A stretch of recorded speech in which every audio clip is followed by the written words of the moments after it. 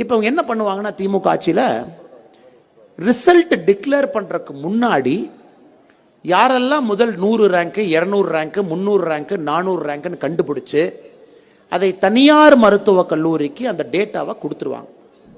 தனியார் மருத்துவக் கல்லூரி என்ன பண்ணுவான், யாருக்கெல்லாம் அரசு மருத்துவமனையில் சீட்டு கிடைக்குமோ, மருத்துவக் கல்லூரியில் சீட்டு கிடைக்குமோ அவர்களை அழைத்து தனியார் மருத்துவக் கல்லூரியில் சீட்டை கொடுத்து வச்சிருவான். அதன் பின்பு 15 நாட்கள் கழித்து கவுன்சிலிங் நடக்கும் பொழுது தனியார் மருத்துவக் கல்லூரியில் சீட்டு கிடைத்த அந்த குழந்தைக்கு மெரிட்ல அரசு மருத்துவக் கல்லூரி சீட்டு கிடைச்சிடும்.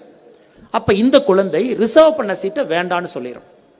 அந்த சீட்டை கவுன்சிலிங் முடிச்சதுக்கு அப்புறம் மேனேஜ்மெண்ட் கோட்டால தனியார் மருத்துவக் கல்லூரி விற்றுக்கொள்ளும். இதுதான் நிதி தேவை. அப்படி நிதி தேவைப்படுகின்ற நேரத்திலே பொருளாதார இருக்கின்ற என்னை நீங்கள் தான் ஏற்பாடு செய்ய வேண்டும் என்று கலைஞர் சொல்வார். நான் அதற்கான ஏற்பாடுகளை செய்வேன். எப்படி செய்வேன் என்றால், எம்ஏஎம் வீட்டிற்கு போவேன். எம்ஏஎம் என்னிடத்தில் அன்புள்ளவர். நான் அமைச்சராக இருந்த நேரத்தில் வீட்டிற்கு பல முறை வந்திருக்கிறார். அவர் மருத்துவக் கல்லூரி நடத்துகின்ற காரணத்தால், நான் மருத்துவத்துறையிலேயும் அமைச்சராக இருந்த ஹெல்த் மினிஸ்டராக இருந்த காரணத்தினால் நாங்கள் முதலிலே ஒரு பட்டியல் வெளியிடுவோம். அந்த பட்டியல் வெளியிட்ட அதனுடைய நகல் அவருக்கு வேண்டும் என்று கேட்பார். ஏனென்று கேட்பேன். நாங்கள்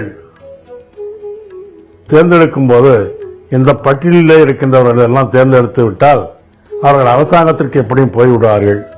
அந்த இடங்களை எல்லாம் பிறகு நாங்கள் நிரப்பிக் கொள்வோம். ஆகவே எங்களுக்கு அந்த காப்பி வேண்டும் என்று கேட்பார். அதை நான் கொடுத்து அனுப்புவேன். அவரிடத்தில் நிறைய தொடர்பு இருந்த காரணத்தினால் அவரிடத்தில் முதலிலே போய் கேட்பேன். என்றால் அவருக்கு 1 கோடி 2 கோடி என்பது ரொம்ப சாதாரணம். நான் போய் வற்புறுத்தி கேட்டால் வேறு வழி இல்லாமல் குறைந்தது ஒரு 5 கோடி ரூபாய்